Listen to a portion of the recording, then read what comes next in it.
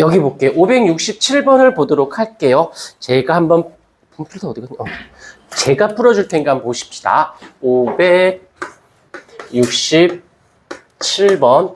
자, 먼저 문제를 차근히 읽어볼게요. 그림 가는 수평면의 벽을 향해 속력 V. 일단 밑줄을 그어줄 건 그어주셔야 돼요. 속력 V로 등속 직선 운동을 하던 질량 M이라는 물체에다 살짝 한번 체크. 벽과 충돌한 후, 여기서 반대 방향이라는 말, 그 다음에 또 속력 V로 나타났다라고 되어져 있습니다. 여기서 잘 봐. 문제를 막 푸는 게 아니라 여기 문제 푸는 형태, 유형이 정해져 있어. 자, 볼게요. M이라는 물체가 발음이 정확히 해야 돼. 잘못하면 욕된다. M2. 야, 어른이 개그를 하면 좀 웃어주면 안 돼? 너희들은 진짜 인간미가 없어. 자, 미안합니다. 자, 여기서 지금 아무도 웃어주지도 않고 인간미 없는 것들 벌 받을 거야 다. 자, 여기서 이 물체가 어떻게 여기서 이렇게 V로 간대요.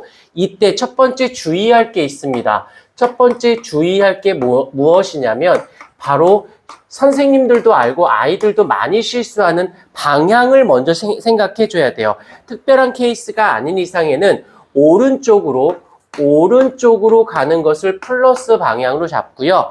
반대 방향으로 가는 왼쪽으로 가는 것을 마이너스 부호를 붙입니다. 이게 첫 번째야. 방향을 주의해 주십사라고 하는 거. 두 번째는 어떤 거냐면 일단 먼저 공식 먼저 쓰세요. 공식 먼저. 머리로 풀지 말고 써놓고 대입하는 것이 훨씬 더 안정적이야. 근데 이 운동량, 충격량 이 문제는 고등학교 2학년 물리 1에도 똑같이 되어 있어. 심지어는 개념도 똑같아. 개념도. 지금은 잘 못 느끼겠지만 하다가 이제 2학년 돼서 문과 쪽으로 갈 친구, 이과 쪽에서 과학을 선택할 친구들이 생길 텐데 과학을 선택해서 내가 이거 초록불 나왔니?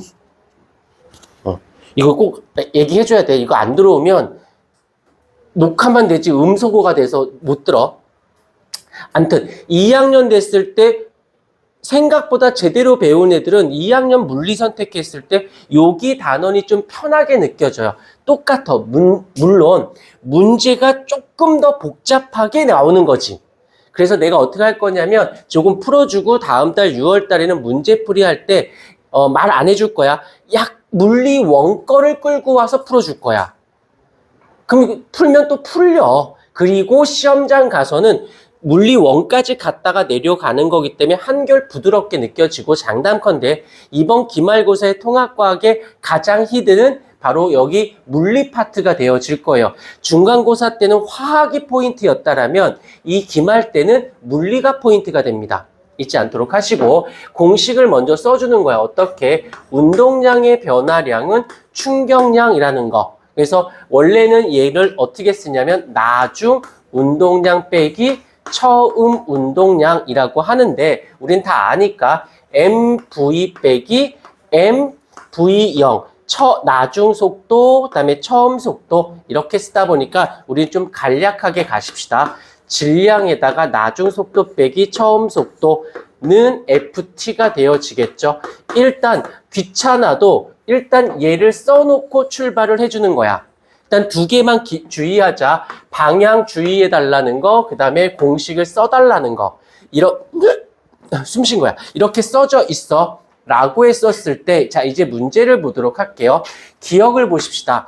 충돌 전후 물체 운동량의 변화량은, 그럼 그대로 구하면 되지. 운동량의 변화량, 요거 써졌으니까, 질량은 M으로 되어져 있고, 여기 나중 속도 빼기 처음 속도예요. 주의해. 나중 속도가 방향 잊지 말라고 했죠. 마이너스 V에다가 빼기에 처음 속력 플러스 V가 되어지니까 마이너스 2M V가 된 거지.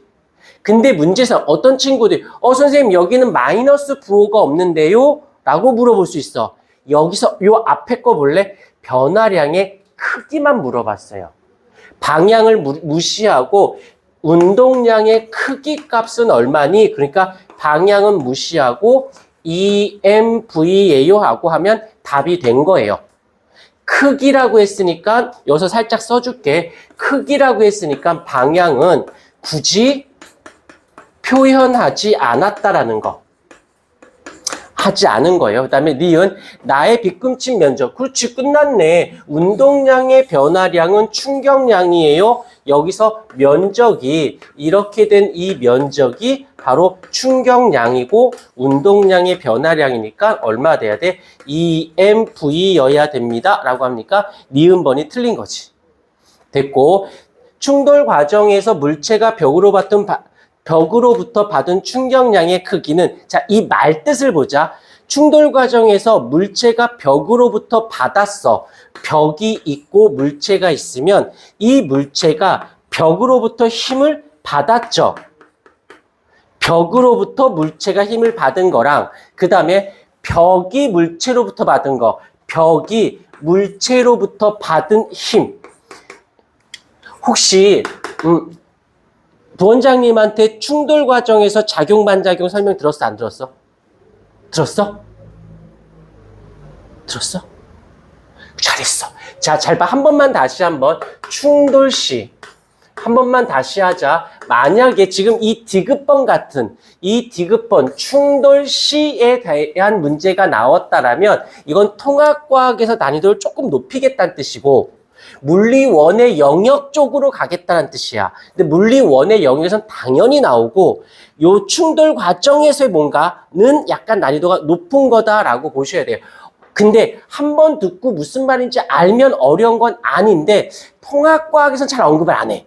그래서 여기서 잠깐 다시 한번 충돌시 이거를 내가 물리학적 접근을 해볼게. 여기서 지금 A라는 물체가 있고 복습하는 거야. 새로운 거 배우는 거 아니고. 자, B가 이쪽으로 운동하고 있고 얘가 이쪽으로 운동을 이렇게 하고 있어요. 운동을 하고 있는데 꽝 하고 부닥쳤어. 그러면 A가 말로 쓸게. A가 B에게 힘을 주죠. 어느 쪽으로? A가 B에게 힘을 주었죠. 그러면 작용 반작용이라는 개념을 나중에 알게 돼. 작용 반작용의 법칙이다라고 하는 게 있는데 그렇게 되면 B가 A에게 힘을 줍니다. B가 A에게 힘을 줍니다. 그때 여기서 받은 요 F1 얘를 F2라고 할 때 반드시 이 F1과 F2의 값은 반드시 같아야 돼요.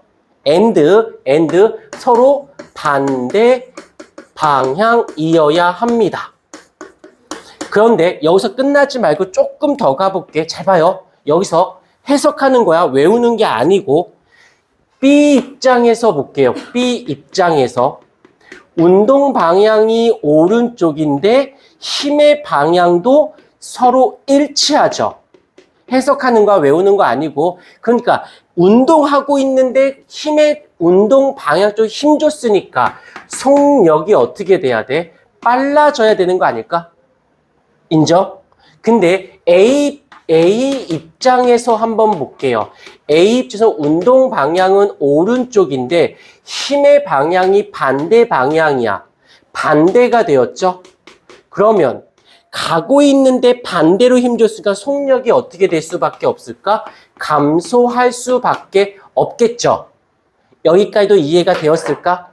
외우지 말고 그러면 여기서 우리가 조금만 생각해 보자. 여기 A 입장에서 이 감소한 양은 이 B 입장에서 증가한 양으로 따졌을 때 외우지 않아. 여기서 중요한 건 어찌됐건 이 받은 힘의 세기와 여기 받은 힘의 세기는 같다예요.